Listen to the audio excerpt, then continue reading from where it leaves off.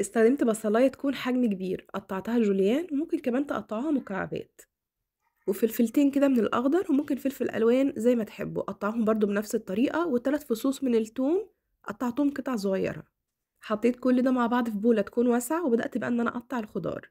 حاولوا بقى وأنتم بتقطّعوا الخضار تخلّوه شوية كبير، يعني أنا هنا قطّعت البطاطس مكعبات تكون حجمها كويس كده، وضفتها بقى على كل الخضار اللي قطّعناه في الأول، وبعد كده قطّعت برضه الكوسة تكون دواير تكون برضه سميكة كده شوية نوعًا ما، وضفتها برضه على الخضار، وقطّعت برضه جزر وضفتهم برضه على كمية الخضار دي. كده الخضار كلّه بقى جاهز، ضفت عليهم بقى قطع اللحمة الكمية اللي أنتم حابينها وشوية الملح والفلفل الأسود. مش هاحط أي توابل تانية، أنا هاكتفي بس كده بطعم اللحمة مع الخضار بيبقى طعمها تحفة. قلّبت بقى كل الخضار ده مع قطع اللحمة، وهنا كنت باسخّن الفرن على درجة حرارة 200. الصينية بقى اللي هاحط فيها كل الخضار واللحمة دي لازم أول طبقة تكون فويل وبعد كده ورقة الزبدة، حاولوا ما تخلّوش ورق الفويل يتلامس مع الأكل كده مباشرةً.